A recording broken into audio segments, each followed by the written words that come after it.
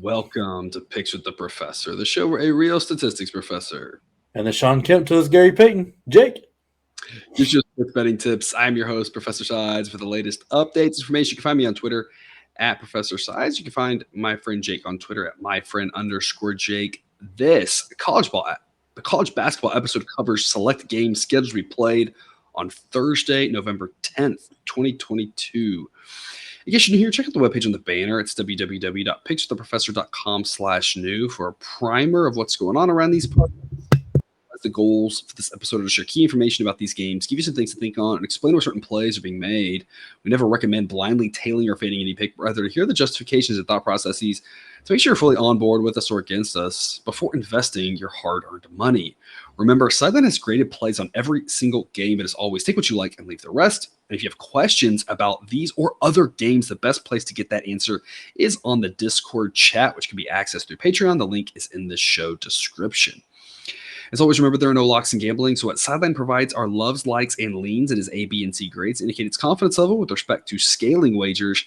However, please understand that good and bad variance will occur, so as much as we'd like to say we'll be profitable each and every day, that is an impossible reality for any gambler. Jake, this is a tough episode for me. I am still hurting after Wright State's that was collapse, and partially it was the collapse, partially it was just you get 3.5 points and you tie in regulation, and then you tie after an overtime. How the heck did we lose that thing? Lord, that was wild. That was by far the best game probably we've had, or worst. Year. Well, yeah. Well, I'm just saying to watch from an entertainment value, it was great. I thought Ohio and Belmont would hold that crown. That was pretty good, yeah. With the freshman hitting the game winner, but the double overtime was pretty intense. Yeah. Well, hey, and here's a shameless plug to join the Patreon and stuff. Right, I think the last 2 nights in a row we've given out a pick here. I think with Sacred Heart and Hartford, and then the Bellarmine, where the line were much more in our favor when we're giving it out here, getting the videos early than when they were when most people got them, where it shifted completely. Yeah, after the Sacred Heart one, I wanted to pitch that and be like, hey, people, here's, but it was a little bit, I wanted to be like, something like this is going to happen every day, just from the, like, it kind of like this type of thing happens, but you never like really expect it to. And then lo and behold, the Bellarmine thing happened where that line dropped crazy. But part of it is still true. The model say it should have been like 5 points or something like that. And obviously that was still a little too high, but it was one of those where it's like, you still think it's good value to play it later down as it moves on that one. But, you lost potentially a little bit of value. On the Sacred Heart one was a different story where it really lost all of its value as they didn't cover some of those really big numbers that they got out to. So it's a situation where sometimes those extra points, sometimes they matter, sometimes they don't. And in general, I would just say like, hey, play it up to the number that the model says, right? When the model says stop, right? Don't go beyond that, other than injuries or some weird situations like that. Yeah. Your coach quitting the night before. I don't know.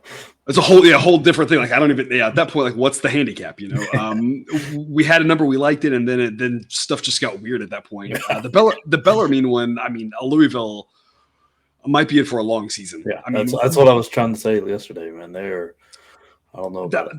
That whole scrimmage thing that went sideways, for them and Syracuse too, who didn't cover in their first game against, I believe Lehigh.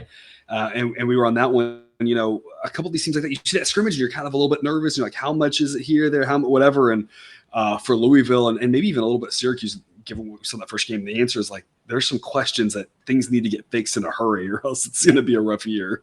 Yeah. I feel like I just got to move on past the right side thing. That still hurts. So moving forward to today's slate. But before we get there, some reminders, please hit that like button if you're on YouTube. Also, if you aren't yet, please consider subscribing or following. It's free. And if you turn on notifications, you won't miss any of the college basketball, MLB, or college football content that this channel provides. We've already mentioned that Patreon, but check it out if you haven't yet. Lots of great benefits to be found there. Above and beyond what we do here, membership starts at just $3 per month. That's www.patreon.com/pickswiththeprofessor. But even if you don't, we are still thrilled to have you here. Let's get to the games. All lines courtesy of Bet Online. Sign up link in the show description. And current as at the time of this recording, late Wednesday night, we've got the A plus play of the day. There are several A grade plays already posted out for you. There's 32 games. There's like, I don't know, like 8 of them or so are A grade plays. Jake, the A plus play, your favorite of all of them is Towson and Massachusetts. UMass is basically a pick 'em here at home. We're getting a point with UMass. Sideline says it should be UMass minus about 4. Says they're a little bit of a better team. Plus at home. Sideline also kind of likes the under 147. Thinks the total should be 143 as well. So it likes the under and it likes UMass. Why is this your favorite of all the A grade plays that the model gave out for Thursday? Look, it starts with the coaching hire they made. One of my favorite coaches, just from a personality standpoint, and he's a good coach, and Frank Martin, hired at UMass. He brought some talent with him from South Carolina, so that immediately improves a UMass team. He loves to play a fast and pressure-packed defense and rebounding kind of game, and he absolutely demands it from his players. And they typically respond, and his players love him, even though he seems like he's a very hard guy. And I mean, this showed up. They won fairly handily against Central Connecticut. They out-rebounded them 48-29. They also had 6 guys in double figures, led by Weeks Jr., who's probably their best player. They shot the lights out. They hit 53.5% and hit almost 50 from the 3. Towson has some high expectations for them coming in, and they're falling a little bit short. They're bringing in 4 starters from that 25-9 team last year. They brought them back, but man, they struggled to shoot. They struggled offensively against Albany, who's not known as a great defensive team. And I don't think they've got much for them to look forward to the rest of this year. But these are 2 relatively good teams, and this could matter come March with where these teams are kind of supposed to finish in their conferences. Like, it could matter where they get seated at. But I think Frank Martin is a big difference here, and UMass has got the talent to win, especially being at home. All right, that's the A plus play of the day. They're UMass getting a point, money line, whatever. We're basically just saying we think they're going to win this one. And again, Sideline says by 4. So get some value on that one. To the best B side, lots of good B plays out there for your Thursday. This is the one that caught your eye. Houston Christian at Texas. This is formerly Houston Baptist, who's now Houston Christian, playing at Texas. Texas in the opening game never really pulled away quite to the extent that maybe we thought they would, opening up a new arena there. They'll be back there here, of course, on Thursday, but, kind of a slow start, got out to about that 20-point lead, but really never just dominate like we've seen some of the top teams dominate here in this first week, winning comfortably, but never a number quite like this. Houston Christian, one of those teams that, likes to play a fast pace, likes to score a lot of points like almost every team seemingly in that conference. They definitely have some offense. They definitely have no defense like most of the teams in that conference. Total 141.5 for this one. Sideline says 142.9, so a fairly well-priced total, maybe a slightly into the over. But the main thing here is Sideline says it should be Texas minus 29, not minus 33. So getting some value here, grabbing all of those points. Jake, why do you like Houston Christian plus 33? First off, and I feel like this is going to be a common theme through these first couple weeks of the season, it is really hard to win a game by 30. That is really tough, especially when you start pulling off the gas at the end of the game. So getting 33 is incredible. This is it's like the exception to that is almost like those bottom couple of teams that you just have to be careful about. Yeah. Mississippi Valley States, IUPUI, like some of those teams like that at the very, very bottom is kind of the asterisk exception is like they're just so bad. You can get up 45, in the second half, and then you can kind of coast. But yeah, it's like once you get past those bottom handful, and the thing early on, you don't quite know who's in that, but we have some decent ideas, right? Once you get past that bottom handful, like you said, it's not that it's impossible. It happens. It doesn't happen as much as our brain wants to think. Our brain remembers the big blowouts, but doesn't remember all the times that these teams lose by 18. And it's like, it was never close, never interesting, but they sure as heck cover the number like 33. Yeah, exactly. And I mean, this is kind of a look ahead spot for Texas. They got Gonzaga coming up next, which would be a big game. So they're not going to want to throw a lot on tape. They're not going to want Gonzaga to have everything to look at. So they're I think they're going to be looking ahead. Keep it vanilla. They can go out and win the game easily, but Yeah, nothing fancy. Yeah, this is good. Like they can win with pickup ball. They don't need to run any real sets. I mean, Chris Beard is a great defensive coach. He's returning. He had some returning talent, but he's still breaking in a few new transfers. So, like, it's going to take a little minute to jive. And what you said with the new arena, I know this is going to sound a little crazy, but like the home court advantage shouldn't be quite there yet because I mean they're not used to the looks and the feels of that arena and the sounds of it and how it works. So it's going to take a minute to build that in. I know with practice and everything they'll learn it, but it's just the court feels different. There's no real, I don't know. There's no real thing to it. It's just like a psychological thing of like it's not home yet. Yeah, and the crowds have long been questioned at Texas for basketball, right? There's long been questions about how many of people are showing up, how many people are showing up and caring about the game. And it's not like, going to Kansas, and it's not like going out to Tech. It's not like going to Iowa State, right? If you stick with this conference, it's definitely not like Duke, UNC, that sort of thing. Like it's a big school, but it's never had, and that doesn't mean they want to get there, right?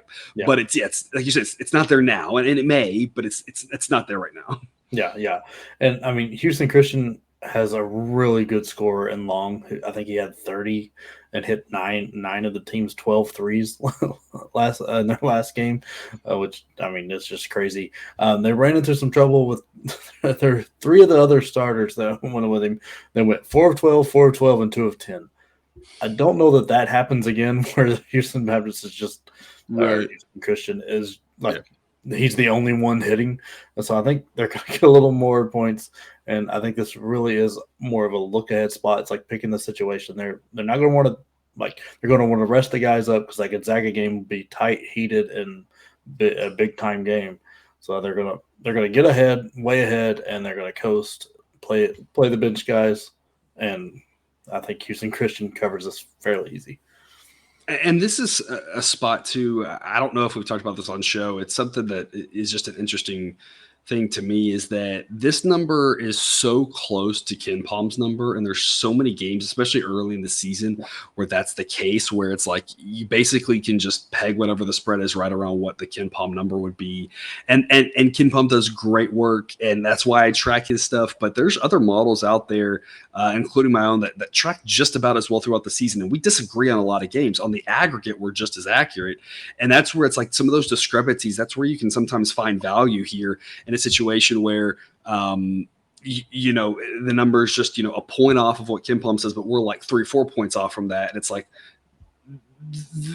the books don't know how to properly handicap every one of these teams. Nobody really does. No. And so they often rely on a model like that. It's like that model is great, but is it capturing every single thing? In this case, again, your opinion is that it's not for this spot the right number to peg that giant number quite like that.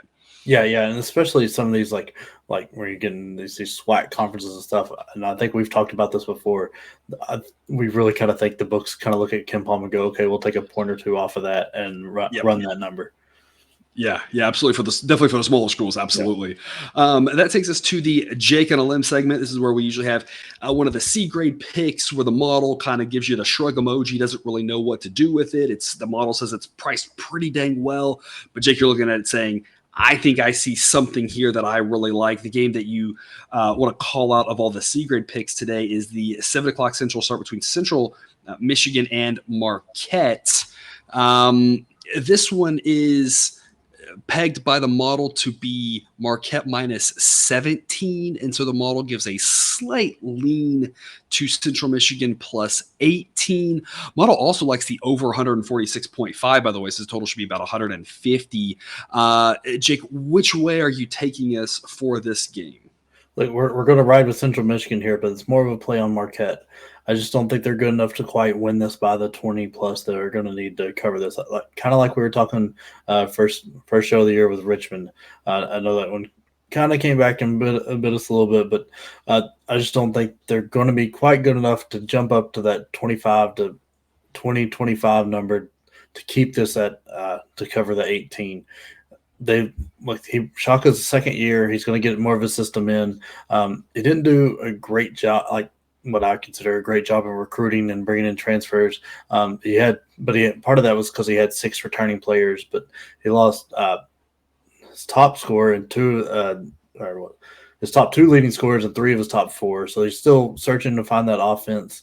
One of those guys transferred out, and Marquette kind of fell off at the end of the year, if you kind of remember correctly. And so I don't think they started off real hot, but I think that was because there were some bad spreads and things because people weren't exactly sure what Shaka was going to do Right. in Marquette. I remember that once they got to starting conference, we were kind of didn't really know, Yeah. and some of the numbers were just a little bit off there.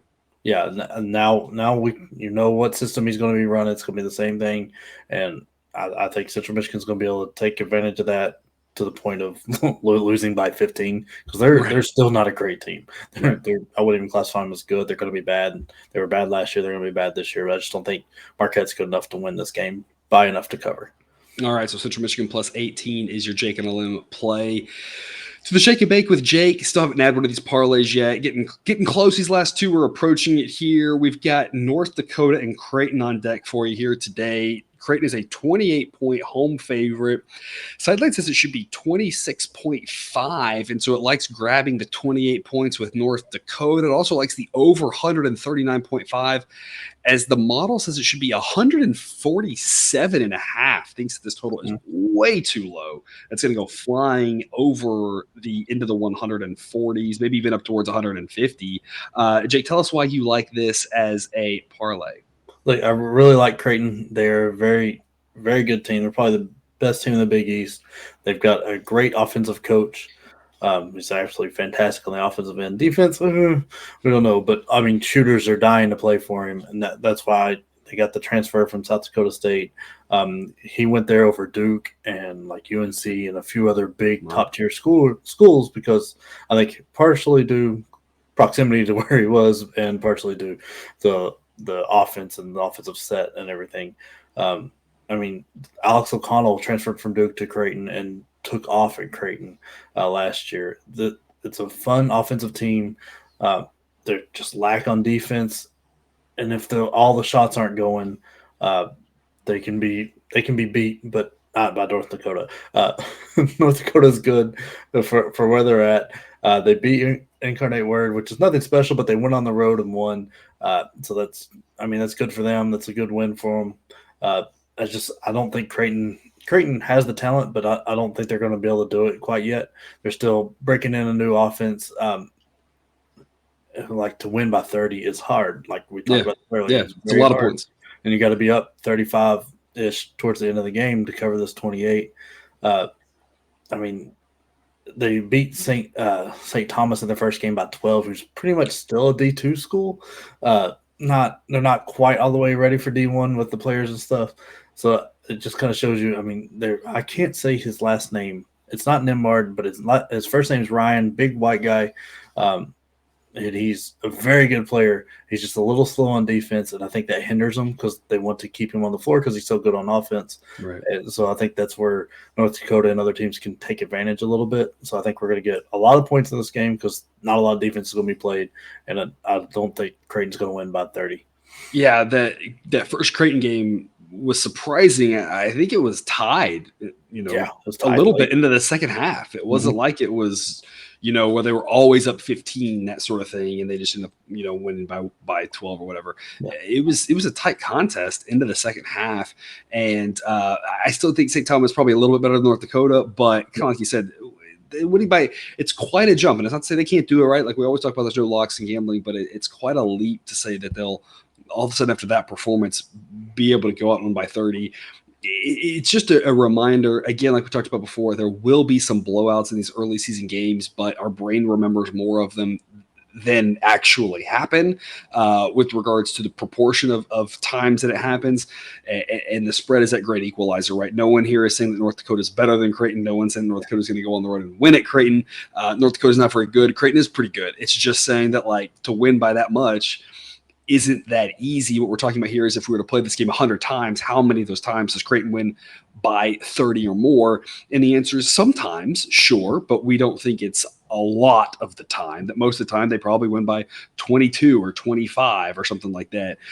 So you're grabbing the North Dakota plus 28 and the over 139.5, and see if we can't get one of these parlays here for us in the opening week.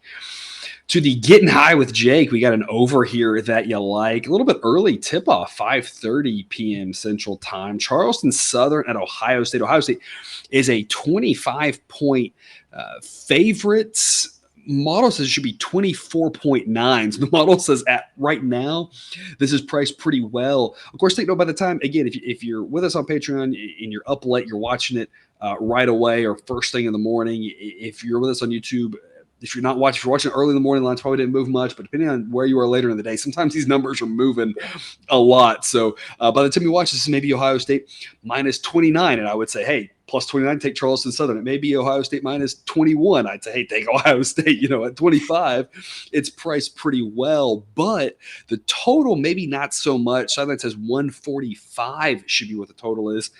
Jake, you agree? You think we can get over 140 pretty easily in this game? Tell us why you think that's the case. Well, I mean, this starts with the coach. I don't understand how Ohio State does this year in, year out, but Holtman has them flying under the radar. Not a lot of people are paying attention to him yet.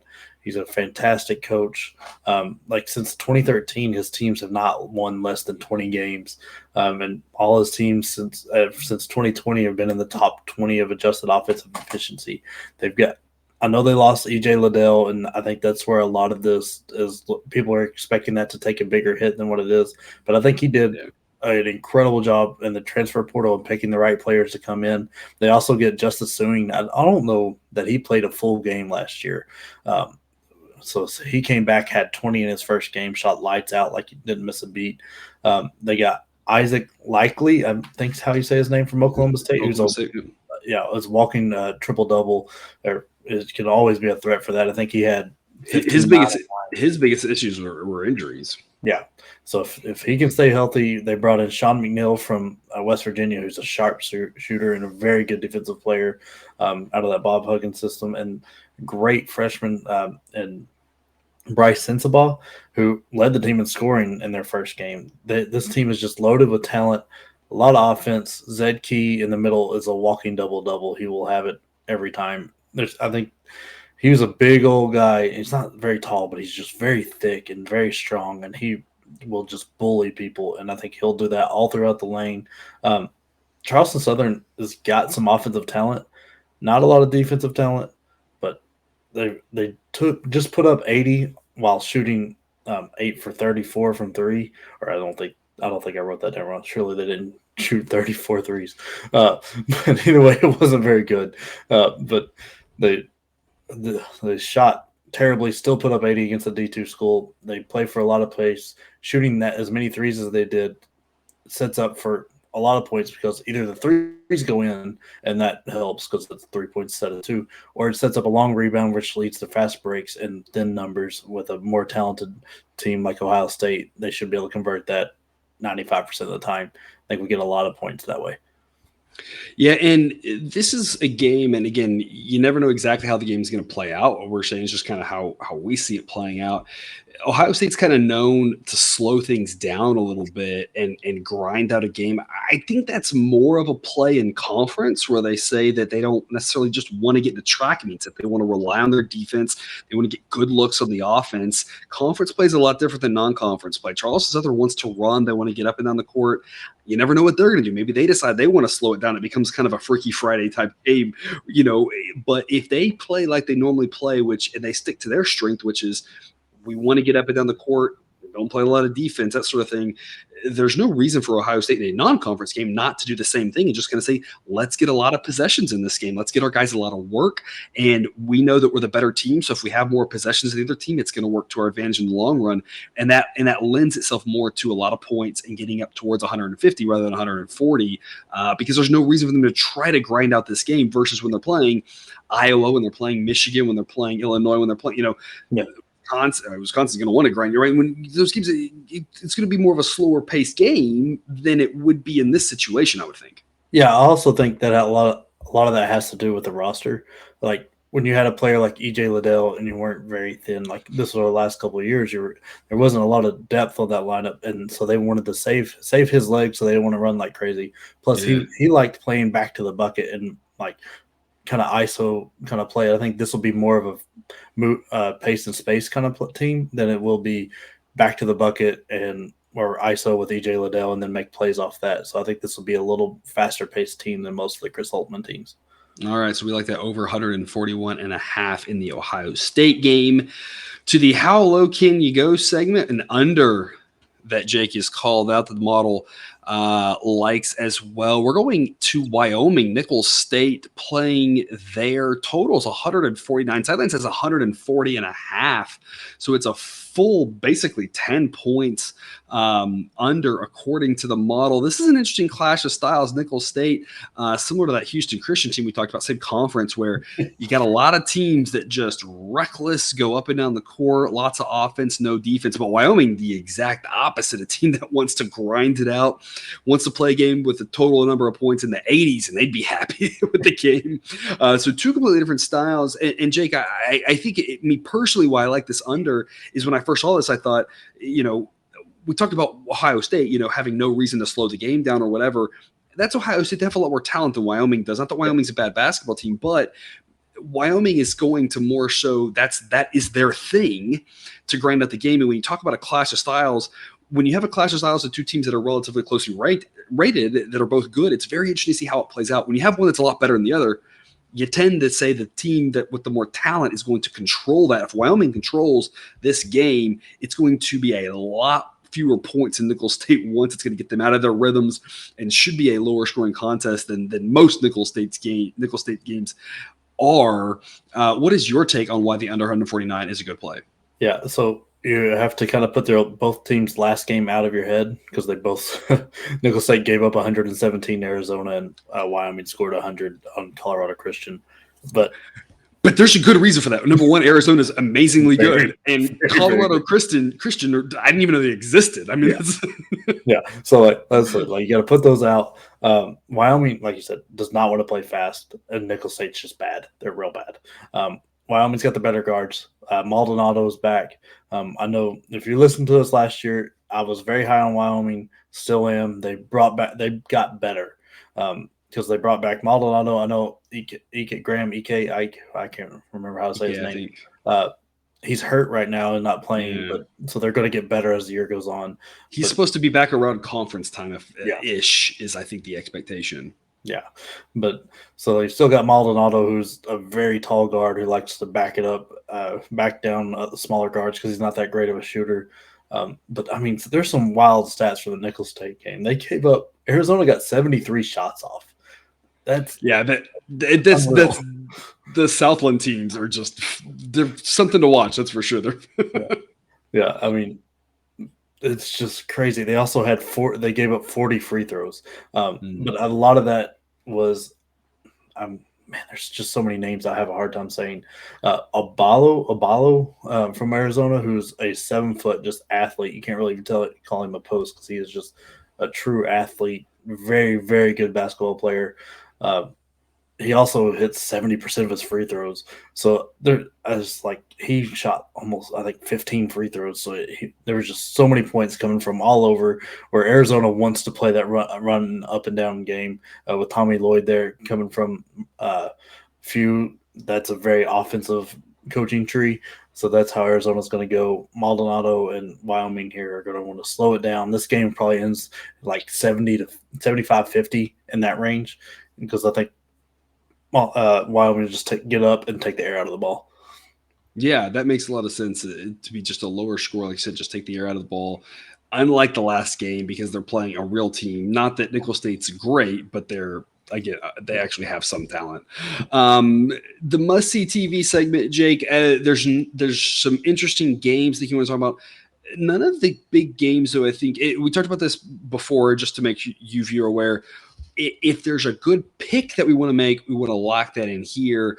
But otherwise, we want to make sure that we're not giving out a pick that we don't have a lot of faith in, even if it's a big game. So there's some interesting games, but there's just not a ton of confidence in them. So you're going to talk about a few things to watch that are interesting. What do you have for us here? All right, so the first one up is Oklahoma State and Southern Illinois. I Mhm. think this is an upset watch kind of territory.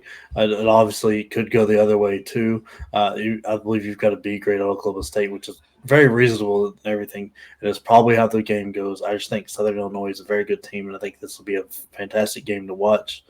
And Uh, this is one we talked about a little bit before show too. The sideline came out and said Oklahoma State -9. If you had the early projections out there, you made the comment. You grabbed this Southern Illinois +9.5. yeah, So on that side of it, but the number's been coming down. So again, that's the benefit of those early projections. There is seeing that, saying, "Hey, I know this is a good value. I can go ahead and jump on it." Now that the number is flipped, you have it's a different story. So it should be an interesting game. Oklahoma State the better team, but it's not like it should be a runaway no, for sure. no, it'll be a very fun game to watch. You've got an A grade here, and I totally agree. But the Stephen F. Austin and Mhm. Gardner Webb should be a very good game. Both those teams Yeah. are very good for the level they play at. Yep. Also, this is my favorite game of the night. I'm so excited to watch it. I can't make a pick on it because I'm not sure which way it's going to go. But Vermont and St. Mary's should be a very, very good game. Uh, Tons of points. It probably has tons of points in it with the way Vermont tries to shoot it and how St. Mary's really plays defense and pressures. So and Vermont kind of gets a little loose with the ball sometimes, so especially under Becker. But it should be a very fun game to watch.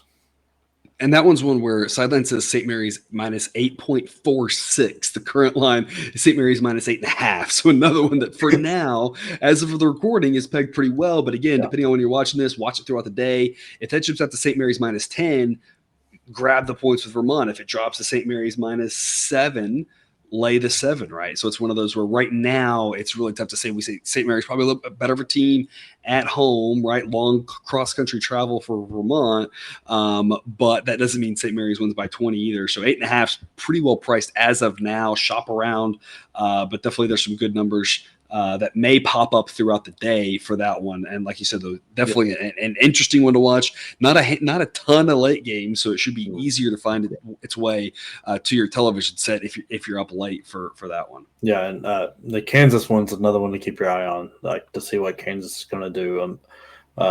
They are, I know they're the reigning champs and stuff, but they lost a lot. That Mhm. Grady Dick guy, though, he is a very very fun kid to watch. Uh, I think he led the team in scoring. I think he had 28 in their first game, so it might be worth throwing on your TV or pulling up just to see how he's doing because I think he is a walking highlight. It would be a fantastic football game between North Dakota State and Kansas. Yeah, Kansas being revived in North Dakota State with all their prowess over the years.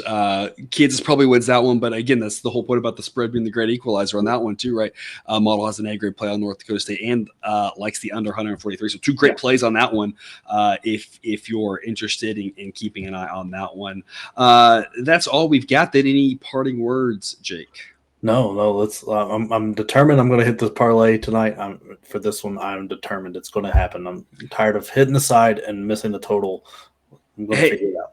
and I mean I mentioned this before, right? We're talking about long term. We'll see how it could play out. The parlay, you don't have to hit all of them, right? You just hit a third of them, right? So Yeah, it's one of those where we just get a couple here and the profits will roll in. We don't expect to win all of them. That's okay. We'll get you off the snide there pretty soon. yeah. Pretty soon. I feel Yep. good about this one. Yep. I got it.